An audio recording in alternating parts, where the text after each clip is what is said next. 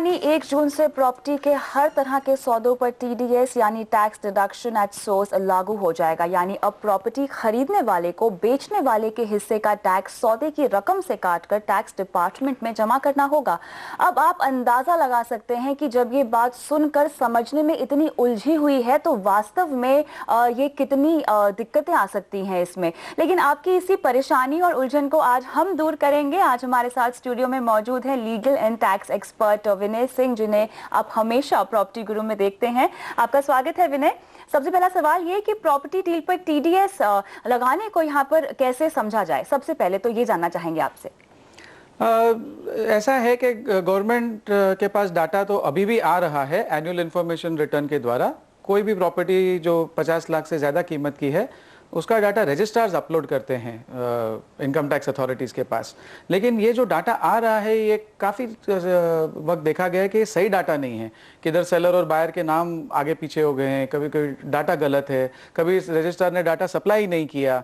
तो ये सारे कारणों से जो डाटा डिपार्टमेंट के पास है वो शायद एक्यूरेट नहीं है।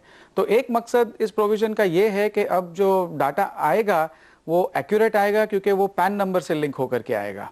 तो शायद ये मेन मकसद है। दूसरा ऑफ कोर्स 1% है तो गवर्नमेंट की कलेक्शन भी थोड़ी सी बूस्ट तो होगी।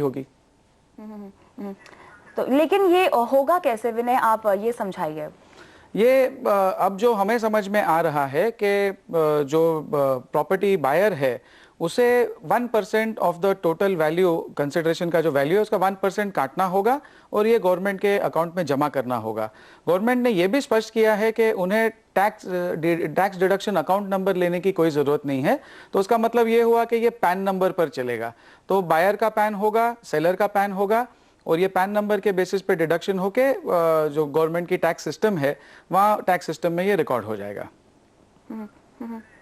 विनय, ये समझाइए कि एक कंफ्यूजन यहाँ पर ये उभर के आ रहा है कि अब टीडीएस सिर्फ सेकेंडरी मार्केट डील पर ही कटेगा या फिर अगर आप बिल्डर से घर खरीदते हैं तो भी आपको टैक्स की रकम काटकर यहाँ जमा करानी होगी? नहीं, ऐसे कोई स्पेशल एग्जेम्पशन नहीं है। जो प्रोविजन है वो हर रेजिडेंट को अप्लाई होती है, जो भी इंडिया में रेजिडेंट है। तो इसमें बिल्डर्स भी आ गए, तो आप डायरेक्ट बिल्डर से परचेज करेंगे या आप रीसेल करेंगे, सो लॉन्ग एज वो नॉन एग्रीकल्चरल प्रॉपर्टी है, ज़मीन हो या फ्लैट हो या बिल्डिंग हो, तो इस पे ये अप्लाई होगा। अगर आपकी प्रॉपर्टी की कीमत 50 लाख एंड मोर है तो। विनय, यहाँ ये समझाइए कि इसे भरने का एक तो प्रोसेस कैसे होगा और दूसरी बात इसे क्लेम कैसे कोई कर सकता है? इसका अभी भरने का तो आप चालान भर सकते हैं ऑनलाइन।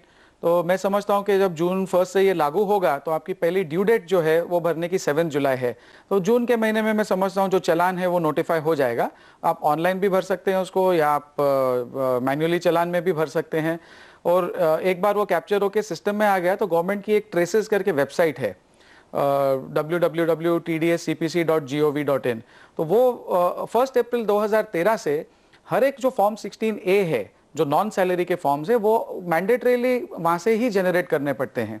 तो एक बार आप वेबसाइट पर जाएंगे जब, तो आपको वहाँ ये डिडक्शन दिखेगी और जिसने टैक्स काटा है, जो फ्लैट बायर है, उसको वो सर्टिफिकेट वहाँ से जनरेट करके साइन करके जो सेलर है उसको दे देना पड़ेगा। अब इसमें सिग्नेचर के भी दोनों ऑप्शन मौजूद हैं। आप मैन्युअली भी साइन कर सकते हैं उसे और आप उसको डिजिटली भी साइन कर सकते हैं। तो बोथ मेथड्स आर अवेलेबल। और क्लेम करना हो तो कैसे करें? क्लेम तो ऑटोमेटिकली सिस्टम में रिकॉर्डेड है, सर्टिफिकेट आपके हाथ में है, तो जब आप रिटर्न फाइल करेंगे तो वो क्लेम हो जाएगा।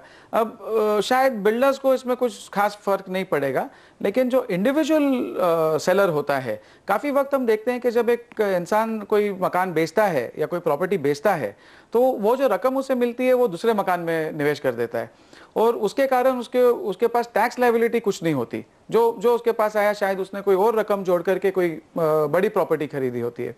तो अब ये प्रॉब्लम उसे ये फेस करना पड़ेगा कि जो 1% डिडक्ट हो चुका है वो क्लेम करने के लिए उसे अपना टैक्स रिटर्न फाइल करना पड़ेगा और काफ़ी वक्त रुकना भी पड़ेगा जब तक वो रिटर्न प्रोसेस करके उसके हाथ में रिफंड आए। ये दिक्कत फ्लैट सेलर को होगी। बिल्कुल, बहुत बहुत शुक्रिया विनय इस खबर की बारीकियों को यहाँ पर हमारे दर्शकों को समझाने के लिए।